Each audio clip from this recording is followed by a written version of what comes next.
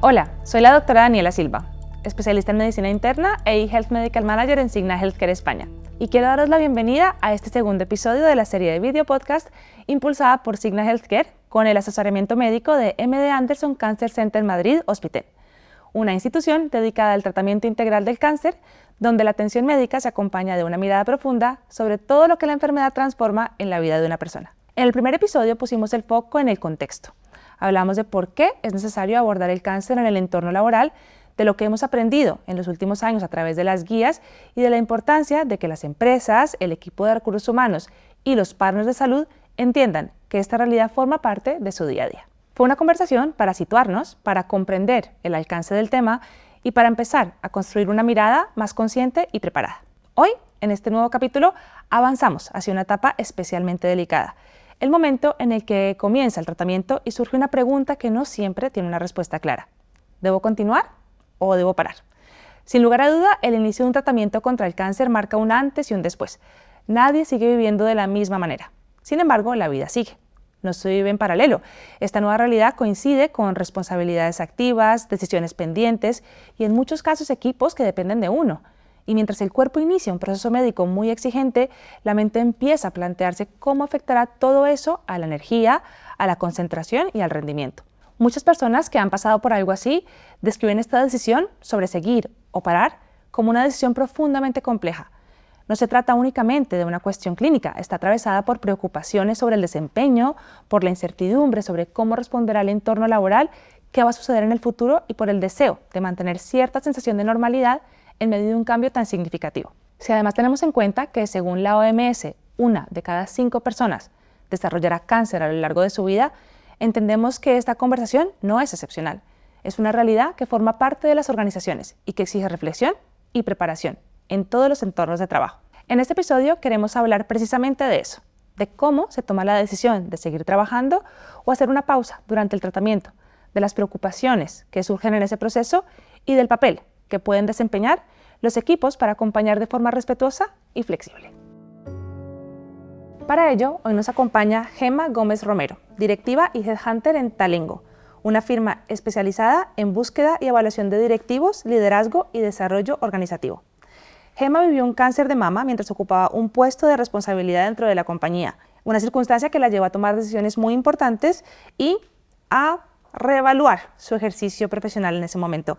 Gemma, muchísimas gracias por estar con nosotros el día de hoy. Nada, gracias a vosotros. La verdad que gracias por la iniciativa y por invitarme a este foro. Bueno, Gemma, ¿qué te parece si empezamos desde el principio? ¿Sí? Cuando ese diagnóstico irrumpe en tu vida, me imagino que ese momento es un momento lleno de preguntas, de dudas, donde lo médico es primordial, tratamientos, qué va a pasar ahora, qué tengo que hacer, pero a la vez estás en pleno ejercicio laboral, lo cual pasa como a un segundo plano, pero sigue estando ahí, ¿no? Entonces cuéntanos un poquito cómo fue ese momento y qué decisiones tomaste y cómo las tomaste.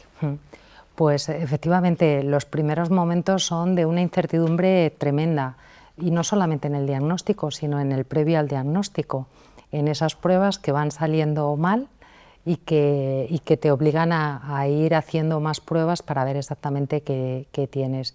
Y yo ya desde ese momento la verdad que tuve mucha suerte porque tuve bastante apoyo dentro de mi organización. Ya desde ese momento tuve la oportunidad de empezar a teletrabajar, es decir, toda la jornada hacerla en teletrabajo, sobre todo porque es verdad que eran navidades casi, había un montón de gripe y poniéndolo en común con la dirección de mi compañía y con recursos humanos me dijeron, oye, quédate en casa, no va a ser nada, pero por si acaso empieza a cuidarte, ¿no? Y después del momento del diagnóstico, bueno, pues es tremendo. Acostumbrada muchas veces a resolver muchas cosas, yo en mi caso tuve claro que tenía que parar porque el foco era quería intentar solucionar lo que me estaba pasando, cuando al final son los médicos los que pueden hacerlo. Pero sí creí que era un momento, bueno, pues para hacer yo cosas, empezar, pues eso, coger un psicólogo, empezar a cuidarme la piel o intentar anticiparme en la medida de lo posible. Y para hacer todo eso yo en mi caso decidí parar. Me costó más volver, tomar la decisión de volver y cómo hacerlo. No, porque compaginé después un poco más adelante, pero ahí sí paré Lo tuviste claro desde un principio que querías parar y enfocarte en tu salud. Sí, sentí que lo necesitaba. Yo creo que al final esto es importante que las personas lo entiendan, ¿no? Que no pasa nada si quieres parar, no pasa nada si quieres seguir tampoco, porque Totalmente. vamos a través de estos video podcasts a escuchar otros testimonios de personas que a lo mejor piensan lo contrario, pero es esa individualización y esa flexibilidad, ¿verdad? Para ti, ¿qué es lo que valoras más de tu empresa, de tu organización a la hora de aceptar esa flexibilidad? O sea, ¿qué fue lo que para ti fue más importante desde ellos, ¿no? Desde su comprensión, entendimiento, empatía? ¿Qué fue lo que tú más valoraste? Valoré la frase que me hicieron. A mí, cuando les conté ya el diagnóstico, me dijeron solamente una cosa: Gemma, ¿qué quieres hacer? Y les dije, oye, pues me gustaría tomarme unos meses de baja. Y me dijeron, ¿qué quieres hacer con tu negocio? ¿Qué quieres hacer con tu trabajo, con tus clientes, con el equipo? ¿Qué quieres hacer? Y tomé una serie de decisiones, que era cómo quería que se gestionaran las cosas, y aceptaron absolutamente todas mis propuestas. Y eso fue maravilloso. La flexibilidad real quizá no fue ahí. Yo, igual que en ese momento decidí parar, a mitad del tratamiento decidí volver. Había pasado las quimioterapias más duras y bueno, necesitaba volver a trabajar. Y ahí quizás sí que es donde se vio realmente la flexibilidad de la compañía. No al irme, porque respetaron por supuesto mi decisión, pero sí al volver. Y ahí igual tuve una reunión y llegamos a un acuerdo donde yo iba a trabajar solamente unas horas a la semana. Y cuando dices qué es esa flexibilidad, qué es para ti flexibilidad, o qué es lo más importante, pues yo digo que no es la hora de entrada o la hora de salida en el puesto de trabajo, o las horas que vas a estar trabajando, porque hay días que te encuentras mal. Y aunque te hayas comprometido a empezar a trabajar a las 9, pues esa quimio, esa semana te ha sentado un poco peor y no puedes. La flexibilidad es que de alguna manera lo que tienes que hacer se dé un plazo suficiente para que tú lo vayas haciendo a lo largo de la semana, el mes o lo que corresponda. Y que entiendan perfectamente que hay días que no vas a estar y hay días, bueno, pues que estarás a medias, y hay días que por suerte estarás estupendamente. Eso es la flexibilidad, y yo tuve la oportunidad de hacerlo así. Esa flexibilidad real que has dicho, no flexibilidad de hoy trabaja desde casa, sino realmente de poderte adaptar a cómo te encontrabas en ese día a día. Y aquí quiero aprovechar para formularte la próxima pregunta. ¿Qué factores fueron para ti más, digamos, representaron un reto más grande en este proceso? Porque la parte física, sin lugar a duda, es pues una de las partes más retadoras durante este proceso, pero también está la parte pues de salud mental, la parte cognitiva. ¿Para ti qué fue lo más difícil? Por supuesto la parte emocional, porque es muy duro a lo largo de todo el proceso. Es muy duro al inicio llegar a asumir lo que te está pasando, gestionar todas las emociones que surgen con respecto a la noticia, al tratamiento, a todo lo que está sucediendo. Gestionar esas emociones de vuelta, donde tienes que volver a un sitio donde desempeñabas un rol y ese rol ya es diferente, porque tú eres una persona diferente, y gestionar toda esa parte emocional a mí me parece muy duro. Y después, con respecto, no sé si físico, pero sí la parte más dura, sobre todo en el rol que yo tengo, era la parte cognitiva. Los olvidos, no ser capaz de mantener la atención el tiempo suficiente en reuniones, en briefings, en formaciones, no ser capaz de recordar determinadas cosas que antes recordabas con mucha facilidad y ahora te cuesta más. Y bueno, al final, con mucha ayuda, pues psicólogos, rehabilitadores, y empezando a funcionar de una manera diferente. Llevo agendas por todos sitios, me apunto todo 100 veces, intento dar respuestas a las cosas más pequeñas de manera inmediata, porque la frase esa de ya lo miro y te digo algo, pues muchas veces se convierte en nada, en nunca porque se me olvida, pero bueno. Gemma, ¿qué importancia le das tú a la parte del acompañamiento psicológico en esta, porque has dicho que la salud emocional, que la parte emocional es la parte más difícil?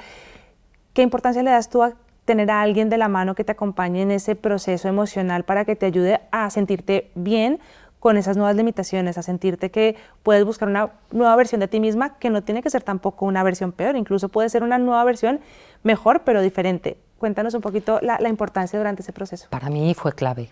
Yo no estaría aquí, no estaría en la situación en la que estoy sin ese acompañamiento psicológico, porque te ayudan a procesar todo lo que te está pasando, a reconocer diferentes emociones y a transitar por esas emociones, a entender que puedes estar mal y que igual que estás mal hay herramientas para que puedas poco a poco dejar de estar mal, pero que seguirá habiendo momentos. Y también hacer una toma de decisiones más consciente. Es un momento dado donde tu cuerpo tiene un montón de medicamentos, te cuesta procesar la información y tener a alguien desde fuera que te ayude a ordenar todas esas ideas, a entender perfectamente cuáles son las consecuencias de cada una de las decisiones que tomas es clave. Para mí ha sido fundamental. Yo siempre digo, es verdad, he tenido 2 sanadores, que han sido los médicos, mi oncóloga y todo el equipo médico en la parte física, pero también mi psicóloga en la parte emocional que adoro y que agradezco cada día haberme cruzado con ella. Qué importante. Gemma, entonces llega el diagnóstico, tú decides parar, dices Sí. esto me voy a centrar en mi proceso de recuperación, vuelves al trabajo con cierta Sí. flexibilidad, más o menos más o menos ¿a cuánto tiempo? Volví a los 10 meses. A los 10 Yo meses. estuve más o menos en tratamiento con quimioterapia como 1 año y medio, porque tuve muchísima quimio, y a los 10 meses volví a trabajar, más o menos en la mitad.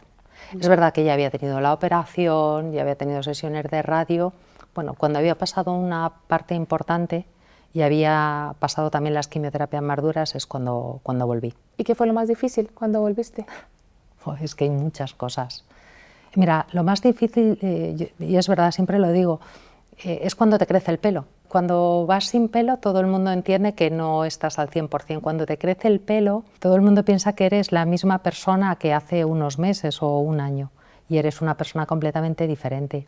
Para mí ahí fue difícil gestionar las expectativas, las de las personas que tenía enfrente y también las mías. Claro. Nada más llegar me comprometí a cosas que no era capaz de hacer. Y tuve que dar un pasito para atrás para bueno, decir, mira, pues ahora mismo no soy capaz todavía y tengo que ir un poco más lenta y poco a poco para bueno, pues conseguir estar un poquito mejor, ¿no? Lograr lo que es mi día a día en el trabajo.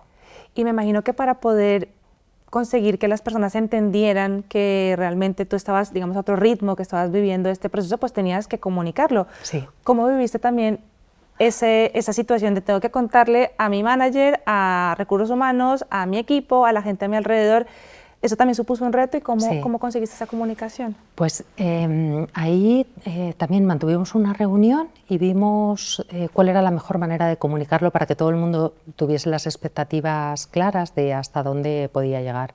Y directamente lo hicimos a través de un mail, ¿no? Donde pusimos bueno, pues las horas que iba a estar trabajando en semana, que había días que no iba a poder asistir a reuniones o cosas porque no iba a estar bien o iba a estar en quimioterapia. Y bueno, pues todo eso lo comunicamos por escrito. Y después hicimos algo que me pareció muy chulo, que es junto con otra compañera que había pasado también por un cáncer ya hacía años, 10 o 12 años, hicimos una sesión para toda la compañía donde les dijimos de manera directa qué cosas nos hubiera gustado que hubieran pasado durante la enfermedad o qué cosas podían hacer si había otra compañera en el futuro que pasaba por la enfermedad.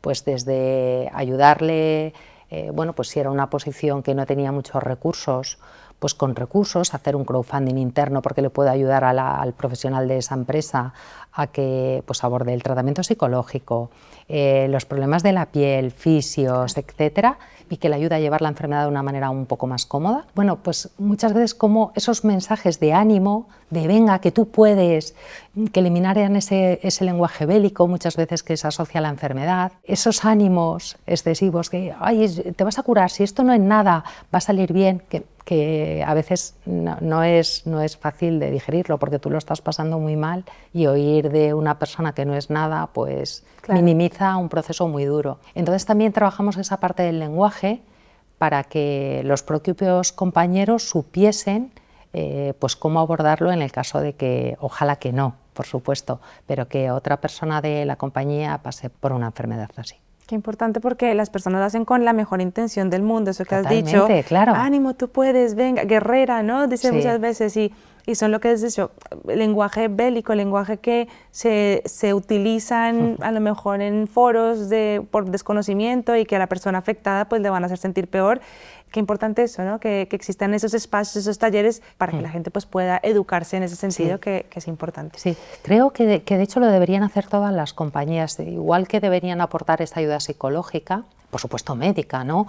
Pero la ayuda psicológica que también ayudasen de alguna manera con formaciones, píldoras, tips que ayuden a compañeros. Lo hacen sin querer, pero lo hacen además con su mejor intención. Y seguro que si les das unos pequeños tips, pues lo pueden hacer un poco mejor. Totalmente. Esto que estás comentando, ¿lo hiciste cuando ya te reincorporaste por completo? ¿Ya habías finalizado el tratamiento? No. ¿O fue? Bueno, no, lo hice nada más reincorporarme cuando estaba trabajando todavía solamente unas horas. Aún así sigo teniendo flexibilidad. Yo soy un caso, no sé si especial, pero sí tengo la suerte de tener una compañía que todavía sigo gozando de bastante flexibilidad. Qué bien. ¿Y para ti era importante sentirte, digamos, productiva a nivel profesional en el momento durante el tratamiento? Porque has dicho que has tenido un tiempo para dedicarle a lo médico, pero llega un momento en el que a lo mejor tanto médico, tanto cáncer, tanto enfermedad, también satura. Sí. Ese rol, digamos, del trabajo, tú, Gemma, trabajadora, no Gemma, paciente con cáncer, también era importante, ¿verdad? Sí, a mí me ayudó.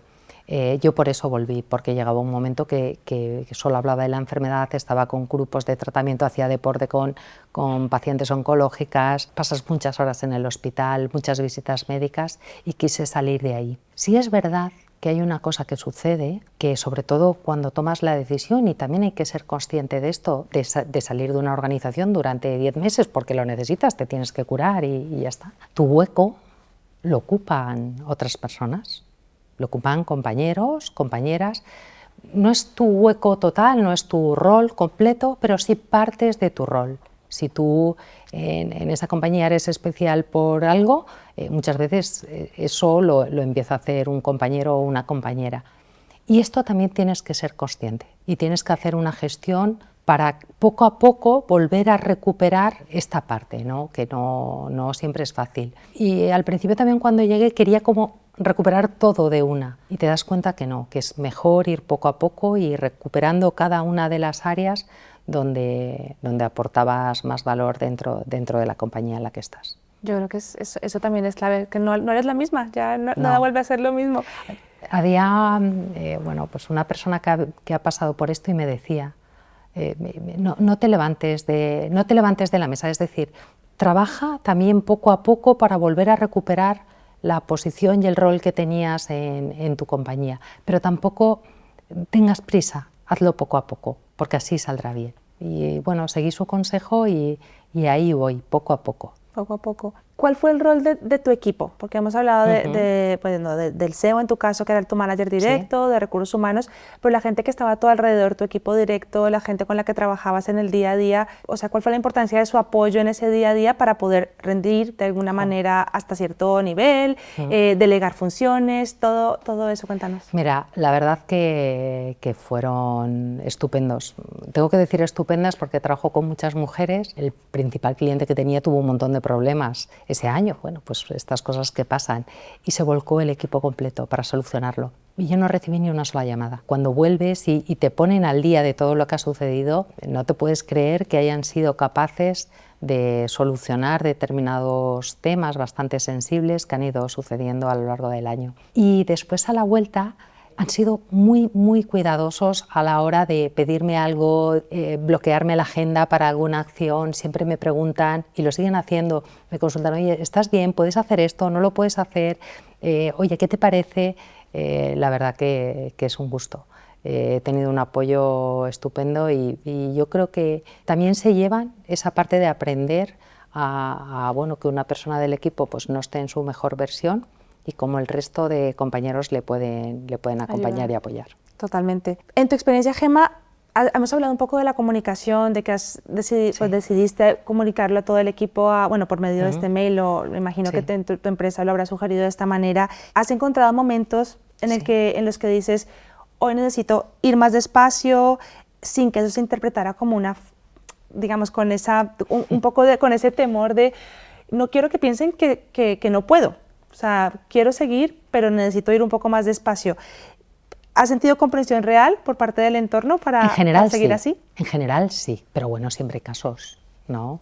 En general, por supuesto, entienden que no estás al mismo ritmo, bueno, pues que no vas a llegar a todo, pero no siempre. No, esto no es...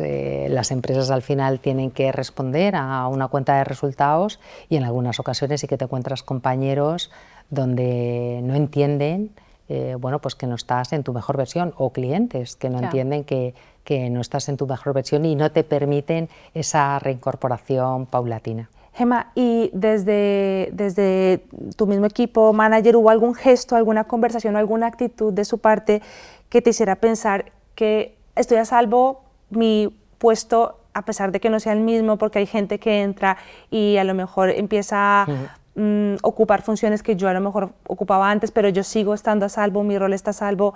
¿Algún gesto en especial que recuerdes? Sí, bueno, es que ha habido muchos, pero una cosa es verdad que pasó en la compañía, yo ya cogí la baja y es que me subieron el salario, estando de baja, me llamaron para eso.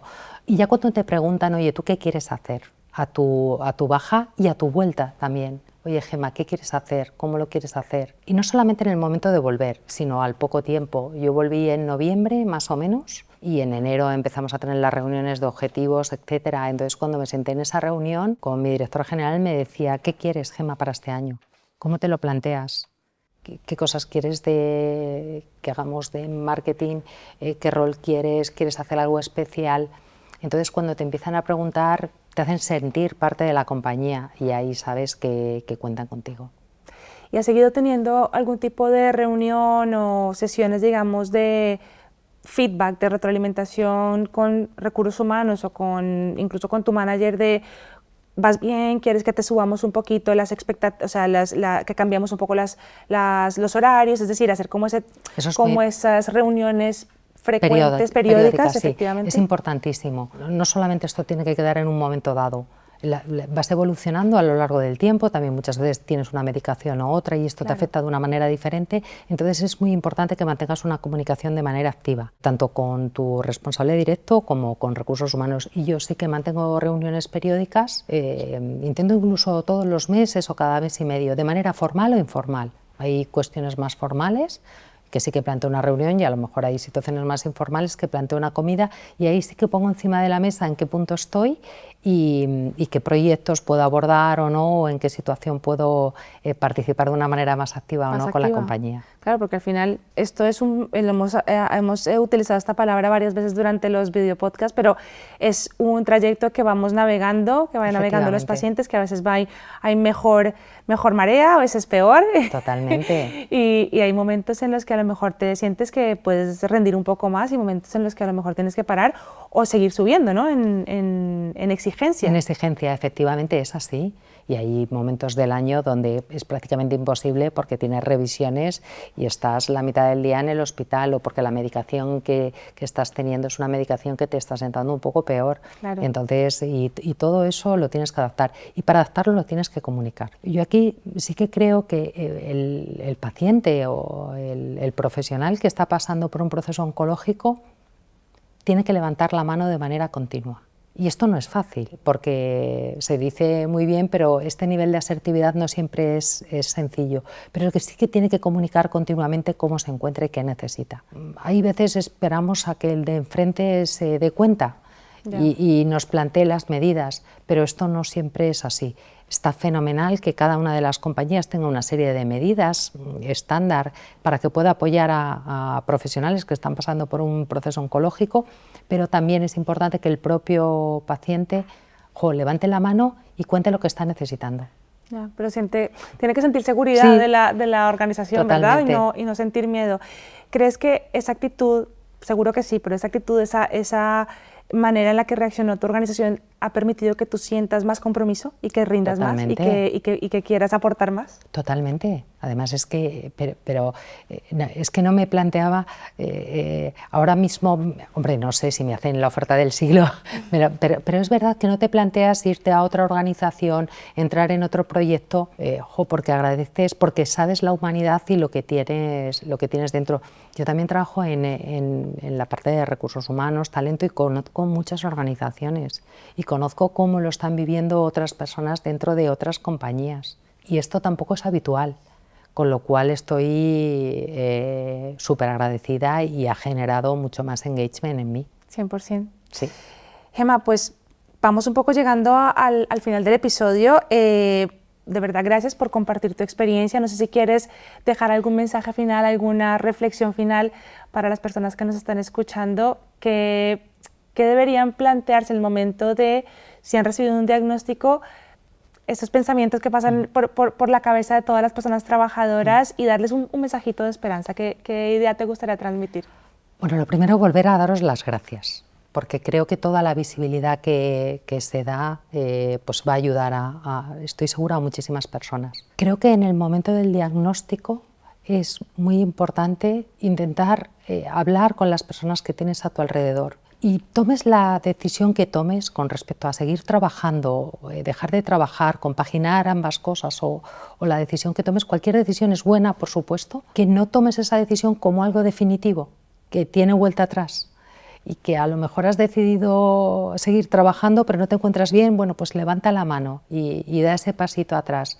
O has decidido no trabajar y lo necesitas porque te estás desconectando mucho, pues vuelve. Que pienses por un momento mucho en ti como paciente, que te cuides mucho y que, bueno, seguro que hablando intentas encontrar momentos de conexión con tu empresa para hacer esto algo más fácil. Pues Gemma, muchísimas gracias por estar hoy aquí con nosotros. Te deseamos lo mejor en este proceso que sigues llevando, que seguro que, vamos, estos aprendizajes que nos dejas le van a ayudar a muchísimas personas, y gracias a todos vosotros por estar hoy con nosotros. Seguiremos con estos video podcasts donde seguiremos transitando otras fases del diagnóstico del cáncer en el entorno laboral.